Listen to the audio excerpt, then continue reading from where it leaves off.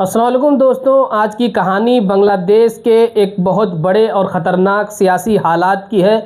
शेख हसीना जो पहले बांग्लादेश की ताकतवर प्राइम मिनिस्टर थीं, उनको अब इंटरनेशनल क्राइम कोर्ट ने इंसानियत के ख़िलाफ़ जुर्म के आरोप में फांसी की सज़ा सुना दी है।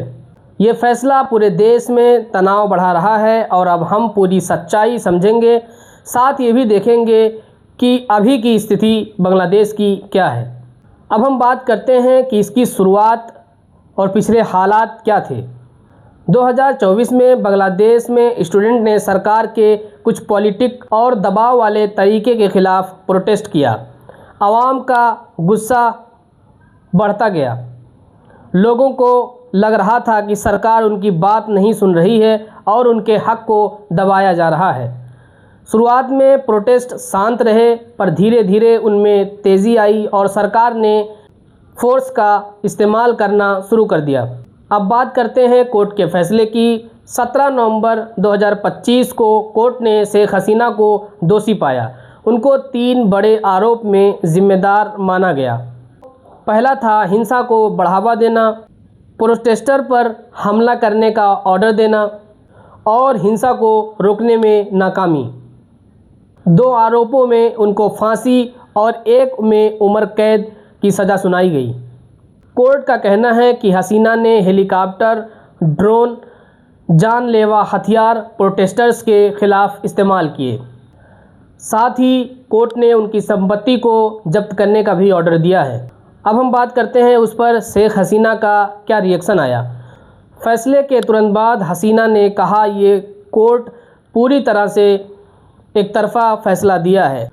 उनका कहना है कि उनके अपने बचाव के लिए सही तरह से उन्हें मौका नहीं मिला और वो अपने पसंदीदा लॉयर को भी हायर नहीं कर सकी और उन्होंने इस वर्डिक्ट को, इस फ़ैसले को सियासी चाल बताई।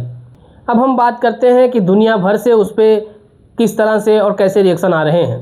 ह्यूमन राइट्स एसोसिएशन का कहना है कि ट्रायल में इंसाफ के बेसिस रूल फॉलो नहीं होते। एमनेस्टी इंटरनेशनल ने भी कहा कि मौत की सज़ा गलत है और इंसानियत के ख़िलाफ़ है। यूनाइटेड नेशन ने वर्डिक्ट को बड़ा कदम तो बोला, लेकिन डेथ पेनल्टी को लेकर चिंता जताई। कोर्ट ने कहा है कि हसीना फ़ैसले के 30 दिन के अंदर ख़ुद को प्रेजेंट करें, तभी अपील कर सकती हैं, क्योंकि अभी वो भारत में हैं। वापस बांग्लादेश उनके लिए रिस्की और मुश्किल काम हो सकता है, यानी सिर्फ सियासी प्रेशर के लिए। बांग्लादेश में आसार फ़ैसले के बाद क्या है। फ़ैसले के बाद बांग्लादेश में सिक्योरिटी टाइट कर दी गई है। लोगों को डर है कहीं प्रोटेस्ट फिर से ना भड़क सके। कोर्ट का वर्डिक्ट अंतरिम सरकार को एक और मौका दे सकती है, लेकिन हसीना के सपोर्टर्स का कहना है कि ये सब पॉलिटिकल बदला है और उनके फ्यूचर पर बड़ा सवाल आ गया है। अब हम बात करते हैं कि आज की स्थिति और आगे का रास्ता क्या हो सकता है। शेख हसीना के पॉलिटिकल कैरियर में अब एक बड़ा संकट है। अंतरिम गवर्नमेंट कोर्ट के वर्डिक्ट का इस्तेमाल अपना पक्ष मजबूत दिखाने के लिए कर सकती हैं, लेकिन देश में हिंसा का ख़तरा भी मौजूद है। अगर हसीना वापस आती हैं या अरेस्ट होती हैं तो अपील का केस एक बड़ा ड्रामा बन सकता है।